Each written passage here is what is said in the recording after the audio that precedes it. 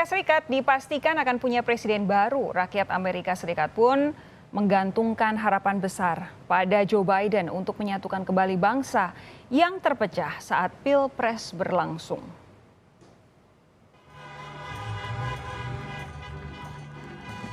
Joseph Robinette Biden Jr. atau lebih dikenal dengan Joe Biden dipastikan melenggang ke Gedung Putih setelah mengungguli pesaingnya, calon presiden petahana Donald Trump, di pemilu presiden Amerika Serikat tahun 2020.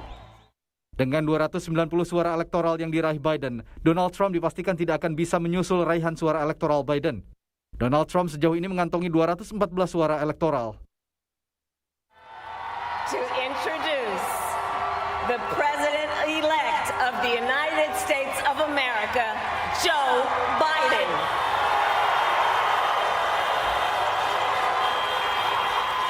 Sambil berlari-lari kecil, Presiden terpilih Amerika Serikat Joe Biden memasuki kawasan Chase Center, San Francisco, California, untuk menyapa ribuan pendukungnya dan menyampaikan pidato kemenangan.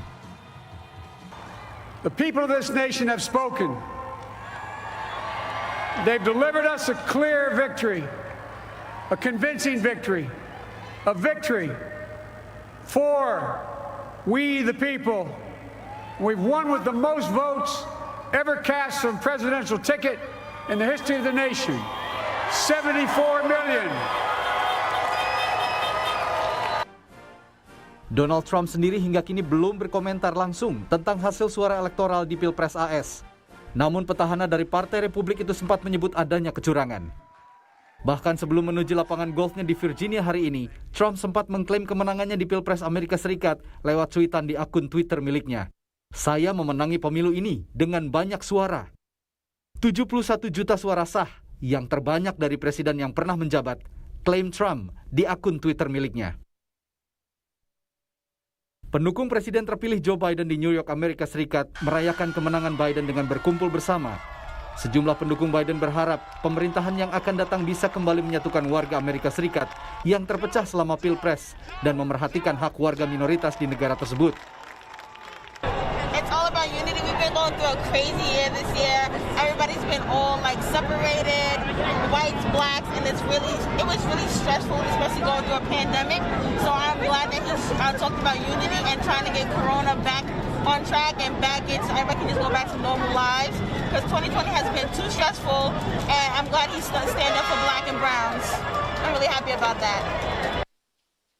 Di tanah air, Presiden Joko Widodo melalui akun Instagramnya memberikan ucapan selamat kepada Joe Biden setelah jadi presiden terpilih Amerika Serikat.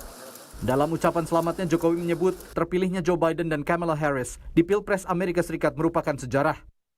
Hasil yang sangat besar menjadi refleksi dari harapan dalam demokrasi. Kami menantikan untuk bekerja sama dengan Anda dalam memperkuat kemitraan strategis Indonesia dan Amerika Serikat, serta mendorong kerjasama di bidang ekonomi, demokrasi, dan multilateralisme untuk kepentingan kedua bangsa, tulis Jokowi.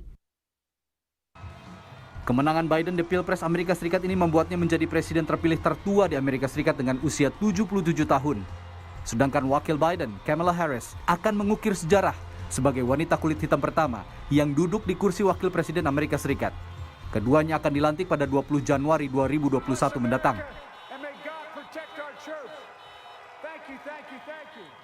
Lalu bagaimana masa depan hubungan politik serta ekonomi Amerika Serikat dengan Indonesia setelah nantinya Desember mendatang, Januari 2017, Joe Biden dilantik menjadi presiden. Kami bahas hal ini bersama peneliti senior Departemen Hubungan Internasional dari Center for Strategic and International Studies CSIS, Evan Laksmana. Selamat malam, Bung Evan.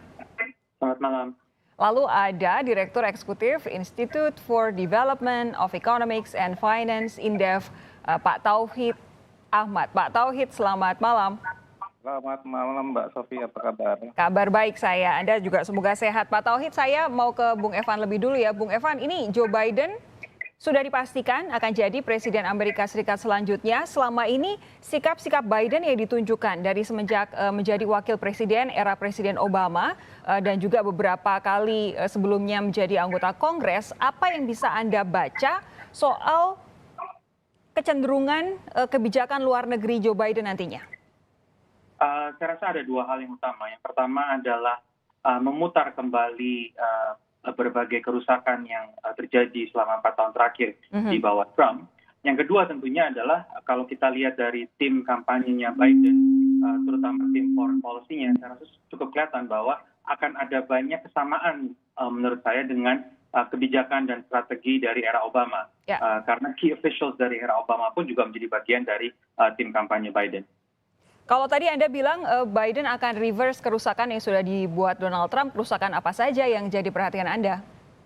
Saya rasa dalam persoalan global governance, terutama terkait dengan World Health Organization misalnya, terkait dengan climate change, dan juga terkait dengan mungkin beberapa inisiatif regional seperti TPP dan seterusnya. Jadi saya rasa dari sisi multilateralisme dan global governance akan ada beberapa executive order yang akan ditandatangani oleh Biden di awal-awal tahun depan.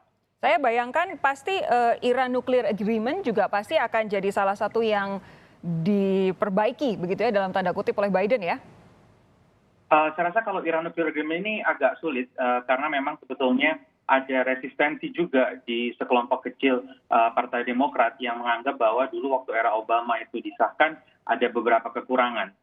Jadi saya rasa memang itu butuh negosiasi ulang. Oke, lalu kalau untuk spesifik Indonesia, kira-kira kerjasama atau hubungan bilateral seperti apa yang bisa kita harapkan ketika nantinya Joe Biden benar-benar sudah jadi presiden?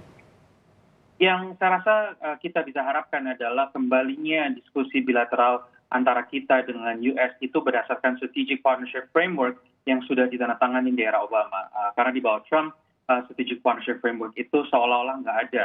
Kita hanya fokus pada isu-isu yang sedikit transaksional, seperti GSP, counterterrorism, dan seterusnya. Padahal kita ada framework yang lebih luas, yang komprehensif, yang sudah disahkan, tapi nggak pernah diisi dan diberi energi. Oke, Bung Evan, saya pindah ke Pak Tauhid dulu. Pak Tauhid, kalau dari sisi ekonomi, kira-kira nanti pemerintahan Joe Biden dan Kamala Harris akan tampak seperti apa? Ya, saya kira secara global mereka akan coba mengendorkan, walaupun tidak seluruhnya, kesempatan perdagangan begitu ya, terutama kaitannya dengan trade war. Meski tidak langsung katakanlah merubah secara global apa yang sudah dilakukan, tapi secara perlahan kebijakan Biden ingin membangun satu aliansi dengan berbagai negara, terutama Uni Eropa, dalam rangka menyikapi berbagai kebijakan yang dibuat oleh China. Saya kira ini akan sedikit banyak mempengaruhi pola perdagangan dunia yang berimplikasi ke Indonesia.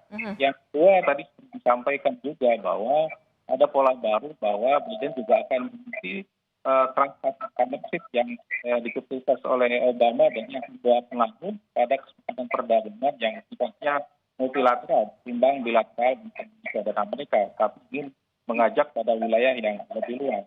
Ini tentu saja satu kesempatan apabila memang kita siap untuk memasuki satu kawasan perdagangan yang lebih spesifik pada wilayah Pasifik. Nah, perubahan ini tentu saja tidak mudah dan memberi konsekuensi bahwa ke depan perdagangan akan juga lebih berat begitu.